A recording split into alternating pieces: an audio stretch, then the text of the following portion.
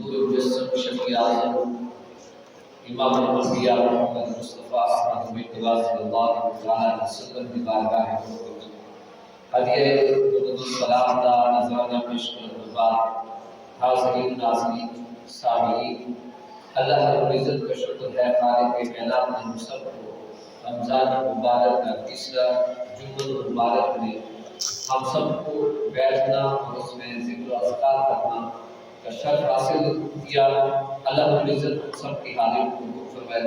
سورہ آل عمران کی آیت نمبر 122 پڑھی، اس میں جنگ بدر کا واقعہ ہے، حق اور باطل کا یہ معرکہ ہے اور مسلمانوں کا یہ پہلا بدر کا جو واقعہ ہے، معرکہ ہے۔ یہ 17 رمضان المبارک کو ہوا اور وہ بھی جمعۃ المبارک کا دن تھا۔ 17 رمضان المبارک کو جنگ بدر ہوئی، اور جنگ بدر ہوئی کیوں، اس کا پس منظر کیا ہے؟ ہجرت کے بعد سرکار مدینہ صلی اللہ علیہ وسلم جب آپ مدینہ شریف میں تشریف لائے تو مدینہ شریف کے قریب راستہ جاتا ہے تجارت کا، یہ مکہ اور شام کے علاقے کی تجارت کا ایک راستہ ادھر سے گزرتا ہے۔ اس راستے کے اوپر یہ قافلے گزرتے تھے تجارت کے، تو ایک سبزے کے اوپر سرکار مدینہ صلی اللہ علیہ وسلم کے صحابی بکریاں چلا رہے تھے۔ کچھ صحابہ تھے یا چند صحابہ تھے، تو ان صحابیوں کے اوپر کفار مکہ نے حملہ کیا۔ آقا علیہ السلام سے یہ برداشت نہ ہوا۔ آقا علیہ السلام نے ایک صحابی کو بھیجا، جاؤ شام کے جو قافلہ آتے جاتے ہیں وہاں پر آپ نظر رکھو۔ یہ مکہ کے قریش کے سرداروں کے قافلے وہاں سے گزرتے ہیں تجارتی، وہاں پر آپ ان کے اوپر یعنی نظر رکھو، کڑی نظر رکھو، ان لوگوں نے ہمارے اوپر حملہ کیا ہے۔ تو صحابی رسول کو جب بھیجا گیا تو اس نے نظر رکھی، ابو سفیان اسی قافلے کے اندر تجارت والے میں موجود تھا۔ اب یہ ابو سفیان کو بھی خبر لگی کہ مدینہ کے لوگ مسلمان جو ہیں وہ اب ہمارے اوپر کڑی نظر رکھنے لگے ہیں۔ انہوں نے ایک غلام کو لکھا، بھیجا اس کو 100 دینار سونے کے سکے دے کر، اور میں جاؤ جا کے مکہ والوں کو کہوں ابو سفیان کو بچا لو، ان کے اوپر حملہ ہونے والا ہے، ان کے لیے جنگ کے لیے تیار کر لو۔ جب ابو جہل کو یہ خبر ملی تو ابو جہل اپنے جتنے بھی سردار تھے سب کو لے کر یہ مکہ سے روانہ ہو گئے کہ ہم اب مسلمانوں کو ختم کریں گے۔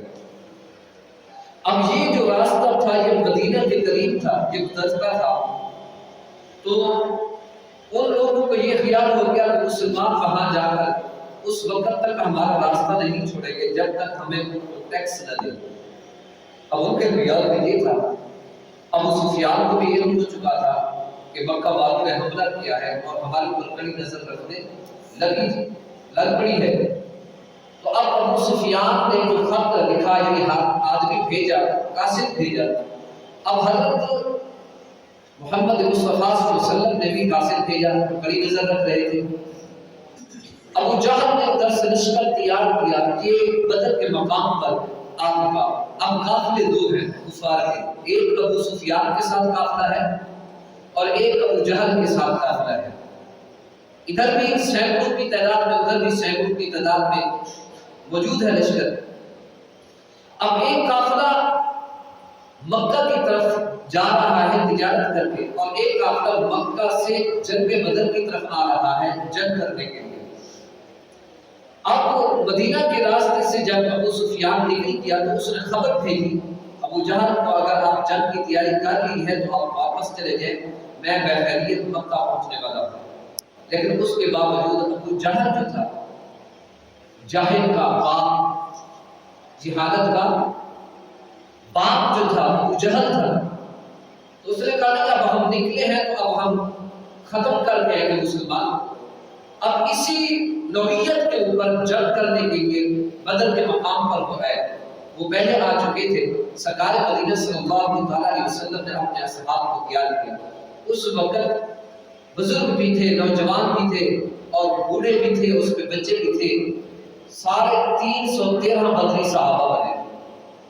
اب سرکار مدینہ صلی اللہ علیہ وسلم نے پہلے مہاجرین کو تیار کیا اور اس کے بعد پھر انصار کو تیار کیا۔ انصار میں سے ایک آدمی کو چنا، اس نے اپنے انصار کو تیار کیا، حضرت سعد کو تیار کیا، حضرت سعد نے اپنے انصار کو تیار کیا۔ فرمایا رسول اللہ صلی اللہ علیہ وسلم نے کیا آپ چھوڑ تو نہیں جاؤ گے؟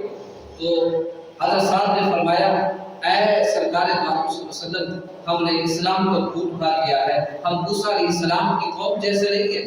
موسیٰ علیہ السلام کی قوم تو بنو سلمہ کھاتی تھی، جب جہاد کا وقت آیا تو حضرت موسیٰ علیہ السلام نے کہا اے میری قوم اللہ کی طرف سے حکم آیا جہاد کرو، تو اس قوم نے کہا اے موسیٰ تو جان اور تیرا رب جانے ہم جہاد کرنے والے نہیں ہیں۔ منو سلمہ کھانے والے، یعنی جنت سے جو کھانا آتا تھا کھانے والے جہاد کے لیے انکار کر بیٹھے۔ لیکن سرکار مدینہ صلی اللہ علیہ وسلم کے صحابہ کے پاس جنت کا کھانا نہیں آتا تھا، ان کے پاس تو تھوڑے سا کھانا تھا کھانے کے لیے۔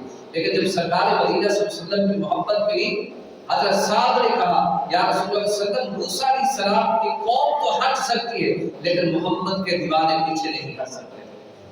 انصاری صحابی بھی تیار ہو گئے اور حضور اسلام کے مہاجرین بھی تیار ہو چکے اس جنگ بدر کے اندر، اور جنگ بدر لڑی گئی، یعنی کہ اس معرکہ کی خبر ان کو بھی تھی اور حضور کو بھی خبر مل گئی۔ جنگ بدر جو ہے یہ 2 ہجری میں لڑی گئی 17 رمضان مبارک کو، اور یہ تقریباً 80 میل مدینہ سے دور لڑی گئی۔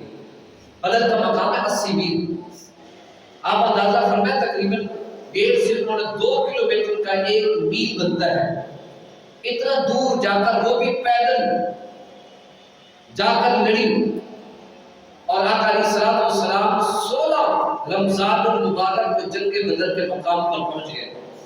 اب دیکھو کہ صحابہ کرام کچھ وہ تھے، کہتے یا رسول اللہ صلی اللہ علیہ وسلم، مشورہ کیا گیا یا رسول اللہ صلی اللہ علیہ وسلم ہم کس لشکر کے پاس جنگ کرنے کے لیے؟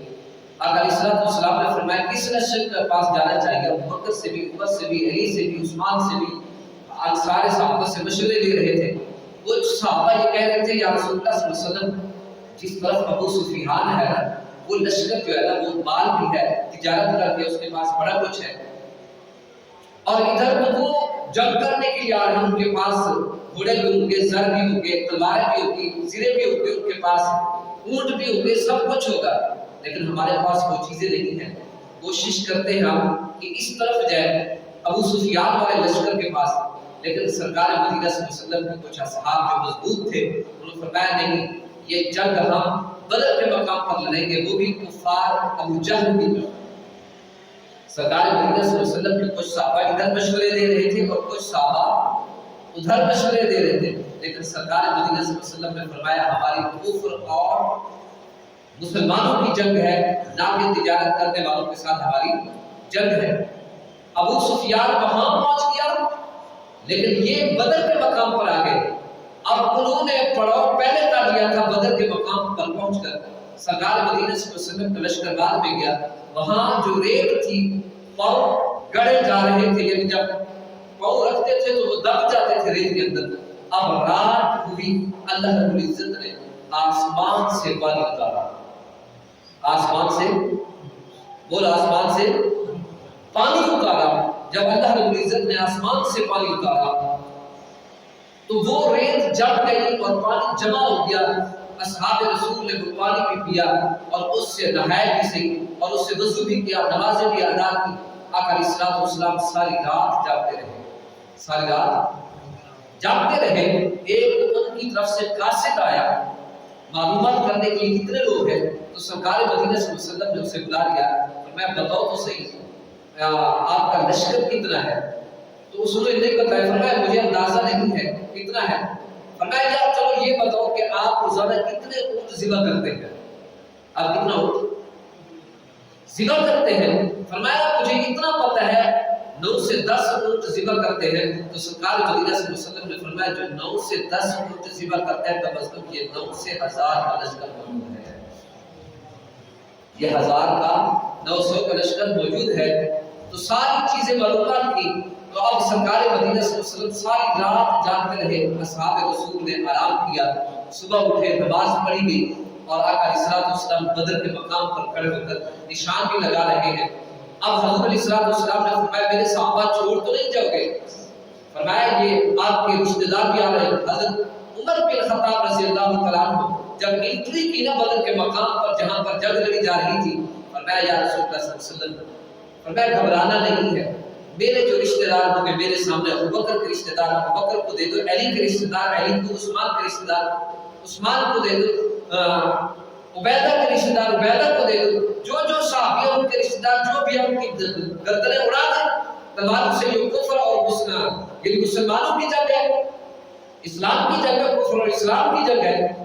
تو اب سرکار مدینہ صلی اللہ علیہ وسلم نے جب صحابہ کا جذبہ دیکھا، اب سرکار مدینہ صلی اللہ علیہ وسلم رات کو یہ ساری رات عبادت کرتے رہے اللہ کی بارگاہ میں، یا اللہ یہ 313 صحابہ ہیں، 313 کی نفری ہے میری فوج ہے، اگر یہ بدر کے مقام پر مر چکی شہید ہو چکی تو یا اللہ اس دنیا میں پھر فرعون ہی فرعون ہوں گے، تیرا نام لینے والا کوئی نہیں ہوگا۔ اب گل گڑا کر رو رہے ہیں۔ حضرت ابو بکر صدیق رضی اللہ عنہ فرمایا یا رسول اللہ صلی اللہ علیہ وسلم بس کر دیجیے دعا کہ اللہ نے آپ کی دعا کو قبول فرما لیا ہے، اللہ نے آپ کی دعا کو قبول فرما لیا ہے۔ اب بدری صحابہ جو تھے صبح اٹھے، نماز پڑھی، بڑے آرام سے ان کے ساتھ نماز پڑھی۔ نماز پڑھنے کے بعد آقا علیہ السلام نے وہ لکڑ لے کر فرمایا یہاں سے فلاں کافر مرے گا، فلاں پر یہاں پر لکیریں کھینچ کر بتا رہے تھے کہ یہاں پر فلاں کافر مرے گا، جیسے یہ معلوم ہو رہا تھا کہ اللہ رب العزت کی طرف سے مدد آ گئی ہو، جو حضور علیہ السلام نے اس کا بیان کر دیا ہے۔ اب سرکار مدینہ صلی اللہ علیہ وسلم جب دعا مانگ رہے تھے ربکم بثلاثۃ آلاف من الملائکۃ منزلین، اللہ رب العزت نے پہلے ہی 1000 لشکر فرشتوں کا بھیجا۔ اب جب ادھر تعداد دیکھی تو سرکار مدینہ صلی اللہ علیہ وسلم نے فرمایا ایمدکم ربکم بثلاثۃ آلاف من الملائکۃ منزلین، اے پروردگار 1000 نہیں 3000 لشکر بھیجا جائے۔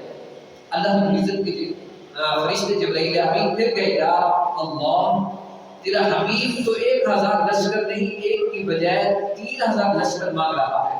تو فرمایا میرے حبیب نے جو بات کی ہے وہی میری بات ہے، میرے حبیب نے جو بات کر دی تو میری بات ہے، لہذا جو حبیب کہہ رہے ہیں ویسے ہی 3000 لشکر تیار کر دو، 3000 لشکر تیار کر دو۔ تو پھر فرمایا کہ 3000 کے بعد پھر فرمایا بخمسۃ آلاف من الملائکۃ مصوبین، پھر 5000 لشکر کو حکم دیا گیا، پھر 5000 لشکر جبرائیل امین تیار کر کے آئے اس جنگ بدر کے مقام پر 313 صحابہ۔ اب دیکھو حضرت عمر رضی اللہ تعالیٰ عنہ جب جنگ لڑ رہے تھے تو حضرت عمر کے سامنے آپ کے ماموں ہے تو آپ نے گردن ڈالی، رشتہ داری بھی ہے، سامنا ہے، سارا کچھ ہے، 1 منٹ میں فیصلہ کیا، فرمایا ان کے ساتھ میں کھیلتا بھی رہا، ان کے ساتھ پلتا بھی رہا، لیکن جب عزت رسول اور عزت اسلام کی بات آئی، تحفظ ناموس رسالت کی بات آئی، تحفظ اسلام کی بات آئی، حضرت عمر نے 1 منٹ میں فیصلہ کیا اور اپنے ماموں کے گردن کو اڑا دیا۔ حضرت ابو بکر صدیق کے سامنے والد تھے، لیکن حضرت ابو بکر نے 1 منٹ میں فیصلہ کیا۔ حضرت علی کے سامنے ان کے رشتہ دار تھے، انہوں نے 1 منٹ میں فیصلہ کیا۔ عثمان کے سامنے تھے اور ان میں سے بالخصوص حضرت ابو عبیدہ کو دیکھیں، حضرت ابو عبیدہ وہ ہے جن کے سامنے والد سامنے تھا اور یہ مسلمان ہوئے تھے، اور ادھر باپ یعنی باپ کا قادر شفقت فطری تھی اور سرکار مدینہ صلی اللہ علیہ وسلم کی ادھر محبت تھی، اور انہوں نے بھی 1 منٹ کے اندر فیصلہ یہ کیا میں تو لشکر اسلام کے اندر آیا ہوں اور اسلام کا خون پال دیا ہے، لیکن آقا کی محبت غالب آ گئی، اپنے والد کا سر قلم کر کے رکھ دیا، اپنے والد کا سر قلم کر کے رکھ دیا۔ حضرت ابو عبیدہ نے جنگ بدر کے مقام پر اپنے والد کو نہیں دیکھا، فرمایا یہ کفر اور اسلام کی جنگ ہے، لہذا جو بھی میرے حضور علیہ السلام کے مخالف سمت میں آئے گا وہ نہیں بچے گا۔ ایک اور صحابی حضرت موسیٰ، اسی طریقے پہ اس صحابی کا نام ہے، ان کے بھائی تھے، اکٹھے کھیلتے رہے، پلتے رہے، پڑھتے رہے، اکٹھے رہے، ان کو بچپنا بھی یاد آ رہا تھا، سب باتیں یاد آ رہی تھی۔ ادھر محمد مصطفیٰ کا کلمہ پڑھا تھا، ادھر محمد مصطفیٰ کا کلمہ پڑھا تھا، اس صحابی رسول نے 1 منٹ میں اپنے بھائی کی تلوار سے گردن اڑا دی، فرمایا اس سر کو لا کر سرکار مدینہ صلی اللہ علیہ وسلم کے سامنے رکھ دیا۔ یہ ہوتا ہے جذبہ محبت اسلام کا۔ آج ہم اپنے گناہوں کو چھپاتے رہیں گے، چھپا دیں گے، اپنے بیٹے کے گناہوں کو چھپائیں گے، اگر ظاہر بھی ہو جائے تو اپنے بیٹے کو چھپائیں گے، کبھی اس کو سزا کے اوپر نہیں، لیکن ادھر دیکھو اسلام کے اوپر اپنی جانیں بھی قربان کر رہے ہیں۔ تو حضرت عمر فاروق رضی اللہ تعالیٰ عنہ جب حضور علیہ السلام فرمایا کہیں چھوڑ تو نہیں دے گا، قرآن فرماتا ہے محمد رسول اللہ والذین معه اشداء علی الکفار، اے محمد آپ اللہ کے رسول ہیں، آپ ہمیں اپنا ساتھی دیکھیں گے، آپ کے ساتھ وفا کرنے والا دیکھیں گے، ہم کفار کے اوپر اتنی شدت رکھتے ہیں ان کی گردن کو کاٹ کر رکھ دیں گے۔ میں آپس میں ہم ایک دوسرے کے ساتھ ہمارا بین ہم تو آپس میں ایک دوسرے کے ساتھ نرم لہجے کے ساتھ رہتے ہیں، نرمی اختیار کرتے ہیں، لیکن کفار کے ساتھ ہم شدت والی تلوار اختیار کرتے ہیں۔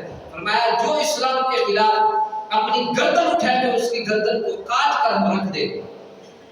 حضرت عمر جری صحابی تھے اور نندر صحابی تھے اور جذبہ اور دبدبے والے صحابی تھے، ان سے کفر بھی لڑ گیا ہے۔ جب آپ اسلام نہیں لائے تھے تو اس وقت حضرت عمر فاروق رضی اللہ تعالیٰ عنہ جب اسلام نہیں لے تو اس وقت چھپ چھپ کر نمازیں پڑھی جاتی تھی۔ کیا ہوتا تھا؟ چھپ چھپ کر نمازیں، جب آپ اسلام قبول کر لیا تو آپ کے اسلام قبول کرنے کے بعد حضور علیہ السلام عبادت کو فرمایا حضور آپ عبادت چھپ کے نہیں شرعام عبادت کرو، آپ اس کی بلندی اللہ کی شان کو بلند کرو، فرمایا بیت اللہ کے اندر ہی آپ نماز پڑھو گے۔ تو حضرت عمر فاروق رضی اللہ تعالیٰ عنہ جب ساتھ ہے فرمایا کون ہے اپنی بیوہ اپنی عورتوں کو بیوہ کرنے والے، کون ہے اپنے بچوں کو یتیم کرنے والے، کون ہے محمد مصطفیٰ کو عبادت سے روکنے والے؟ عمر نے تلوار کھڑی کر لی تھی، اور میں اس وقت عمر بھی نہیں کہہ رہے تھے اگر میرے سامنے میرا کوئی رشتہ دار بھی آیا تو میں اس کی گردن کاٹ کر رکھ دوں گا، کوئی اسلام کے خلاف ہے۔ تو حضرت عمر کے ماموں آئے تھے، انہوں نے 1 منٹ میں فیصلہ کیا اس کی گردن کو اتار دیا، اس کی گردن کو اتار دیا۔ اسلام ہمیں سبق دیتا ہے، فرمایا اسلام تو امن کا درس دیتا ہے، فرمایا ہاں اسلام تو امن کا درس دیتا ہے، لیکن ظالم کے ساتھ مل جانا یہ امن کا درس نہیں دیتا، وہاں پر تلوار کا درس دیتا ہے۔ ظالم کے ساتھ مل جانا وہاں پر امن کا درس نہیں ملتا، وہاں پر تلوار کا درس ملتا ہے۔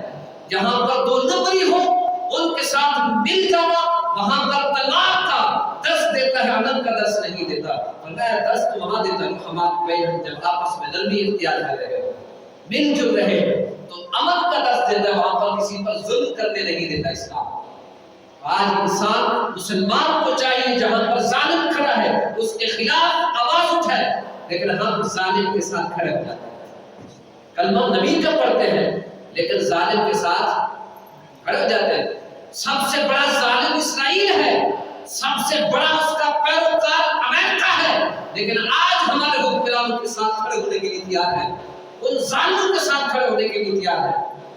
فرمایا یہ کہتے ہیں کہ جی امریکہ تو ہم سے محبت کرتا ہے، امریکہ ہم سے محبت کرتا ہے۔ فرمایا میں نے کہا پھر بکرے کے ساتھ کسائی بھی محبت کرتا ہے، بکرے کے ساتھ آپ بھی محبت کرتے ہیں، ذرا قربانی کے بکرے جائے نا ان کے ساتھ کتنا محبت کرتے ہیں، کرتے بھی نہیں کرتے، اس کو پانی بھی ڈالتے ہو اور پٹھے بھی ڈالتے ہو، ساری چیزیں کرتے ہو، اس سے پیار کرتے ہو، اس کو غسل دیتے ہو یعنی نہلاتے ہو، اس کو صاف کرتے ہو، لیکن جب قربانی کا وقت آ جائے تو اس وقت اس کو ذبح بھی۔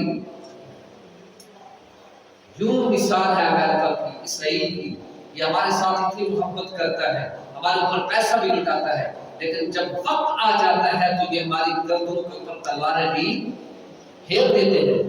آج یہ کل 2 دن کی بات ہے، یہ بیت المقدس کے اندر انہوں نے قرآن پاک کی پھر بھی حرمتی کر دی، شہید کر دیا قرآن پاک، جوتوں کے ساتھ اندر داخل ہوتے رہے اور ہماری امت مسلمہ خاموش رہی۔ کیوں؟ اس لیے وہ للکار رہے ہیں کس چیز کو؟ یہ بتا رہے ہیں کہاں ہے صلاح الدین ایوبی، کہاں ہے محمد بن قاسم، کیوں نہیں؟ یہ بار بار کہتے ہیں، بلکہ ایک وقت آیا صلاح الدین ایوبی کی قبر کے اوپر پر یہ کھڑے ہو کر کہہ رہے تھے اسلام دین ایوبی اٹھ، تیرے مسلمانوں کو ہم مار رہے ہیں، اب محمد بن قاسم للکار رہے ہیں، لیکن امت مسلمہ کے اندر غیرت بھی نہیں ہے۔ اور بیت المقدس وہ جس کی طرف سرکار مدینہ صلی اللہ علیہ وسلم کئی عرصہ مہینے آقا علیہ الصلوۃ والسلام نے اس قبلے کی طرف منہ کر کے نماز پڑھی ہے، آج تو ہم امت مسلمہ بیت المقدس کو بچانے کے لیے تیار بھی نہیں ہیں۔ وہ قبلہ اول جس کی طرف ہمارا رخ ہے، ہمارے لیے وہ مقدس ہے، وہاں پر تو نبیوں کی جماعت کھڑی ہوئی تھی اور اس جماعت کے امام بھی محمد مصطفیٰ صلی اللہ علیہ وسلم تھے۔ وہ بیت المقدس آج بے جان مددگار پڑا ہوا ہے، اس میں مسلمانوں کو داخل جو تراویح پڑھ رہے تھے، یہ عین تراویح کی حالت میں اس وقت یہ کام ہوا، اس وقت مسلمانوں کو مارا گیا۔ آج امت مسلموں کو کیا ہوا؟ کیوں نہیں؟ یا تو عمر جیسا جذبہ نہیں، یا تو ابو بکر جیسی اس کے اندر وفا کا قطرہ نہیں، یا عثمان جیسا اس کے اندر سخاوت نہیں، یا علی حیدر جیسی ان کے اندر شجاعت کا قطرہ نہیں۔ اس لیے اور میں آج بھی صلاح الدین ایوبی کو پکار رہے ہیں، لیاؤ صلاح الدین ایوبی کو جنہوں نے یہود و نصارہ کو ختم کیا تھا، اور میں لیاؤ محمد بن قاسم کو جو ایک مسلمان کی بچی کی آواز پر اور کئی سمندر یعنی کئی دریا کراس کر کے آیا اور آ کر اس ملتان کے قلعے تک اس نے فتح کیا تھا اور اسلام کا جھنڈا گاڑ دیا تھا، وہ بھی کم سن عمر میں 16 سال کی عمر میں، 18 سال کی عمر میں، یعنی جوانی کی یہ عمر ابھی بھی پختہ عمر نہیں ہوتی، یہ عقل کی گروتھ بڑھتے 26 سال تک، اس کے بعد انسان کے تجربے شروع ہوتے ہیں۔ محمد بن قاسم کی اس جنگ کو سلام پیش کرتے ہیں جنہوں نے اس چھوٹی سی عمر کے اندر ایسے بڑے بڑے قلعے فتح کر دیے، اور آج امت مسلمہ کے اندر وہ کفار داخل ہو کر للکار رہے ہیں، لیاؤ صلاح الدین ایوبی، لیاؤ محمد بن قاسم کو، اور لیاؤ نور الدین زنگی کو، ہر ایک اس مسلمان بادشاہ کا ذکر کر کے بلاتے ہیں، لیکن امت مسلمہ خاموش کی خاموش ہے، تماشائی بنی جا رہی ہے۔ فرمایا حضور علیہ الصلوۃ والسلام نے جب 5000 کا لشکر کہا کہ خمسۃ آلاف من الملائکۃ مصومین، 5000 فرشتوں سے جو نشان والے ہیں وہ آئے، تو آوازیں آ رہی تھی کس چیز کی؟ بہت زبردست آوازیں۔ فرمایا اقدم ہزوم حیزوم، اقدم حیزوم، قدم بڑھو حیزوم۔ فرمایا فرشتوں کی آواز تھی اور یہ دیکھنے والے دیکھ رہے تھے آواز کس طرف آ رہی ہے، اور اس جنگ کے اندر فرماتے ہیں کہ وہ صحابی بھی تھے حضرت عکاشہ جن کے ہاتھ میں کھجور کی چھڑی تھی، کھجور کی چھڑی تھی۔ اب چھڑی تلوار جیسا کام کرتی ہے، کیوں؟ سرکار مدینہ صلی اللہ علیہ وسلم کو جب حضرت عکاشہ صحابی نے کہا یا رسول اللہ صلی اللہ علیہ وسلم یہ میرے پاس تلوار تو نہیں ہے، حضور نے فرمایا ذرا کھجور کی ٹہنی لے کر آؤ۔ جب کھجور کی ٹہنی لے کر آئے، حضور نے فرمایا یہ لو، یہ تلوار جیسا کام کرے گا۔ فرمایا حضرت عکاشہ فرماتے ہیں جب میں نا تلوار کی طرف اس کو للکارا یعنی ایسے اڑا دی، تو فرمایا ایسے لگی جیسے تلوار سے بھی زیادہ تیز، ابھی میری چھڑی پہنچی نہیں تھی، اس سے پہلے کفار کی گردن بھی کٹ گئی۔ کیوں؟ اس لیے سرکار مدینہ صلی اللہ علیہ وسلم کے ہاتھ لگے، سرکار مدینہ صلی اللہ علیہ وسلم کے ہاتھ لگے۔ کیوں؟ اس لیے سرکار صلی اللہ علیہ وسلم نے دعا فرمائی، اللہ نے وہ دعا قبول فرما لی اور فرشتے وہاں آ گئے مدد کے لیے، فرشتے آ گئے مدد کے لیے۔ ارے مدد ان کو ملتی ہے جو حضور علیہ السلام کے مدد پکے پیروکار، مدد اس کی طرف آتے ہیں، مدد اس کی طرف کبھی بھی نہیں آتی جو شریعت مصطفیٰ کو اپنے پیٹ پیچھے ڈال دے اور مدد مانگے۔ جیسے اللہ بدر کے اندر ہمیں آپ نے مدد فرمائی کرے حضور کے صحابہ کے ساتھ، یا اللہ آج بھی ہمیں مدد فرما، اس وقت تک میرا رب مدد نہیں فرمائے گا جب تک ہم اپنے نبی کی شریعت کے مطابق ہم زندگی بسر نہیں کریں گے، اپنے نبی پاک صلی اللہ علیہ وسلم کے ساتھ وفا نہیں کریں گے، ہمیں بھی وہ مدد نہیں ملے گی۔ اور فرمایا کہ حیزوم آگے بڑھو، فرمایا یہ جنگ لڑی جا رہی تھی۔ حضرت عبد الرحمن بن عوف فرماتے ہیں یہ دو صحابی ہیں معاذ اور معوذ، ان کا تذکرہ آپ سنتے ہیں، حضور علیہ السلام کی بارگاہ میں پیش ہوئے، یا رسول اللہ صلی اللہ علیہ وسلم جنگ میں ہم بھی شریک ہونا چاہتے ہیں۔ آقا علیہ السلام نے فرمایا چلو میں ایک کو ساتھ لیتا ہوں، ایک اپنے گھر چلا جائے واپس اپنی ماں کے پاس۔ فرمایا میری امی جان نے کہا آج آپ کا باپ ہوتا تو اس جنگ کے اندر شریک ہوتا اور وہ شہادت نوش کروا دیتا۔ فرمایا جاؤ بیٹے آج باپ نہیں، باپ کی جگہ پر تم جاؤ۔ میری ماں نے کہا تم دونوں جاؤ۔ فرمایا حضور نے فرمایا چلو آپ کی طرف سے جو آپ کی ماں نے کہا ہے آپ کا حصہ ہو گیا، آپ واپس چلے جائیں اپنی ماں کے پاس۔ فرمایا یا رسول اللہ صلی اللہ علیہ وسلم میں بڑے سے بہادر ہوں، میں بڑے سے بہادر ہوں۔ سرکار مدینہ صلی اللہ علیہ وسلم نے کچھ نہیں کرا دی اور ایک دوسرے سے جو واقعہ آپ نے سنا ہے، آقا علیہ السلام دونوں کو لے گئے جنگ کے اندر۔ یہ بچے دونوں بھی اس کے اندر ایسے بھی تھے جن کی ٹانگ لگا کے چلتے تھے، وہ بھی بدری صحابہ میں موجود تھے جنگ کرنے کے لیے تیار۔ فرمایا وہ دو بچے حضرت عبدالرحمن بن عوف فرماتے ہیں میں کھڑا تھا، انہوں نے پوچھا چچا ان میں سے ابو جہل کون ہے؟ دونوں بچے۔ فرمایا بیٹا آپ کو ابو جہل سے کام کیا ہے؟ فرمایا میں نے سنا ہے میرے نبی علیہ السلام کو یہ گالیاں دیتے ہیں، ہم ان کو جہنم واصل کریں گے۔ فرمایا میں نے اشارہ کیا، میں نے اشارہ کیا، شاید کہ میری انگلی کا اشارہ بعد میں کیا ہو تو وہ دونوں بچے اڑ کر پہنچ گئے، جا کر اس ابو جہل کی گردن کو یعنی اس کے اوپر وار کر دیے۔ اور ابو جہل بتا رہا اپنا، حضرت عبدالرحمن بتا رہے تھے ابھی، فرمایا وہ جو سپاہیوں کی بول دائرے کے اندر وہ مشورہ دے رہے ہیں، وہ جو اپنے سپاہ سلاروں کو تیار کر رہے ہیں وہ ابو جہل ہے۔ فرماتے اڑ کر گئے، جا کر اس کو نیچے گرا دیا، اس کو نیچے گرا دیا، اس کو نیچے گرانے سے اس کو پورا زخمی کر دیا، حتیٰ کہ ان میں سے ایک آدمی نے حضرت معاذ کے یعنی بازو کے اوپر تلوار چلی اور بازو کٹ گیا اور صرف چمڑے کے ساتھ اڑا ہوا تھا۔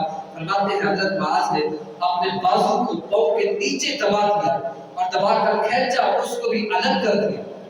فرمایا یہ آڑ نہ آئے اور پھر تلوار لے کر ابو جہل کے اوپر کود پڑے۔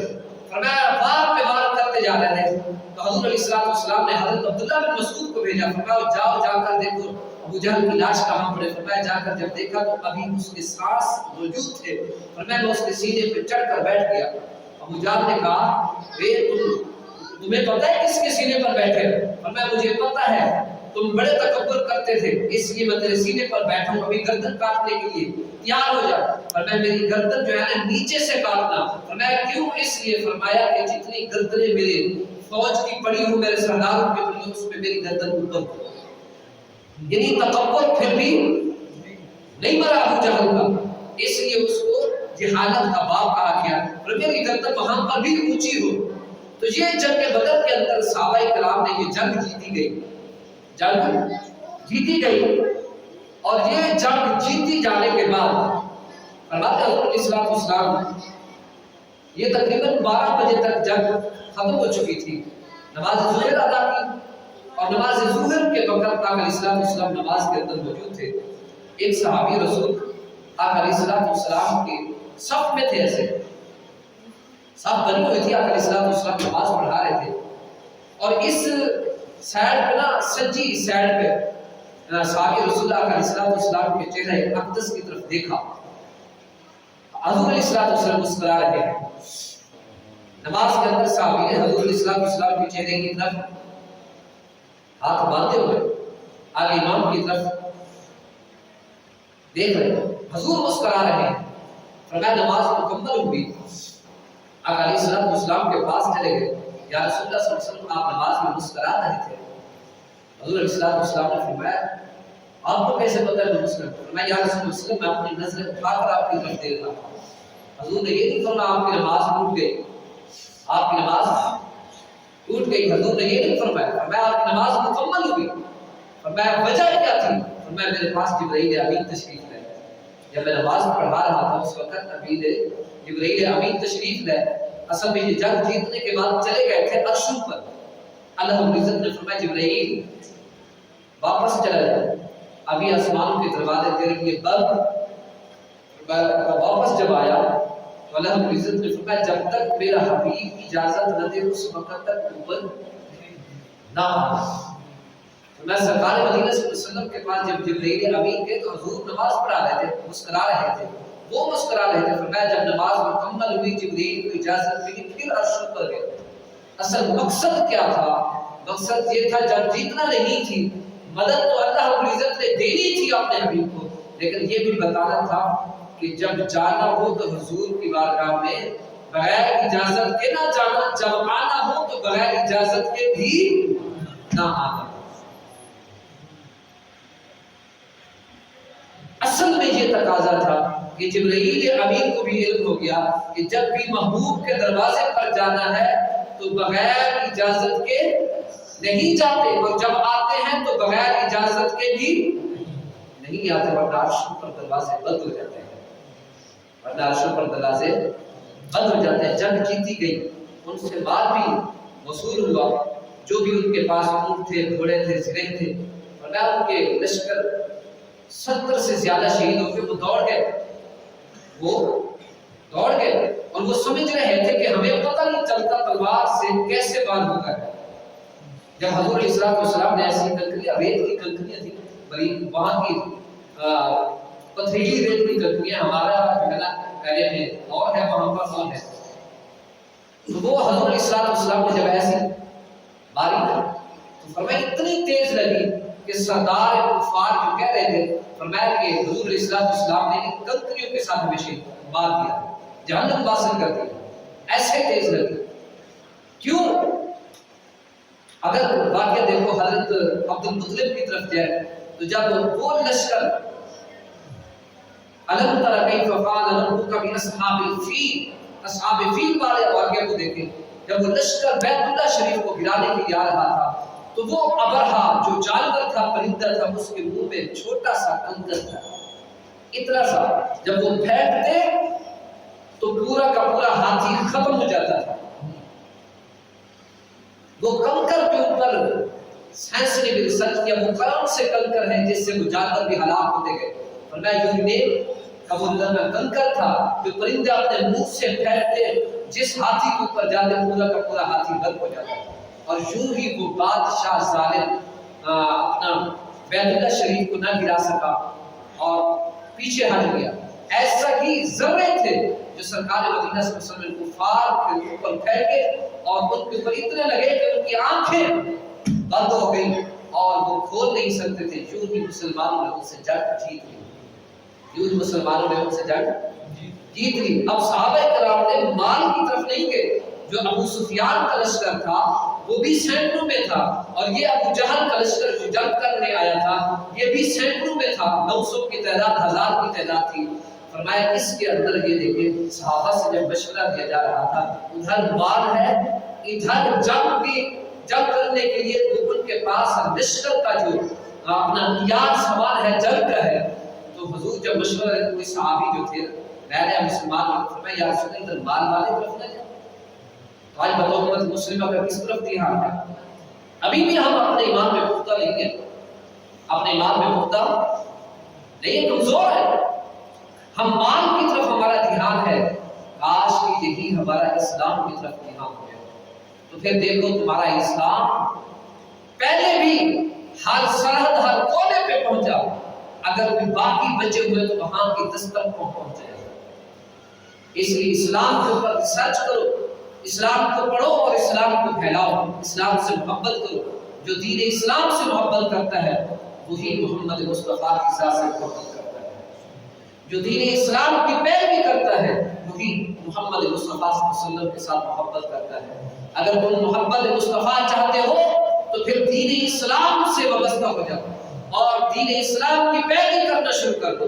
اگر تم چاہتے ہو ہمیں صحابہ کی محبت مل جائے تو پھر دین اسلام کو اپنے اوپر لاگو کر دو، تمہیں محبت اسلام اور محبت مصطفیٰ اور محبت صحابہ، محبت اہل بیت مل جائے گی، اور جن کو یہ محبتیں مل جائے گی ان کو اللہ کی محبت مل جائے گی۔ اللہ تعالیٰ ہم سب کو دین اسلام کے ساتھ محبت کرنے والا بنا دے۔ اللہ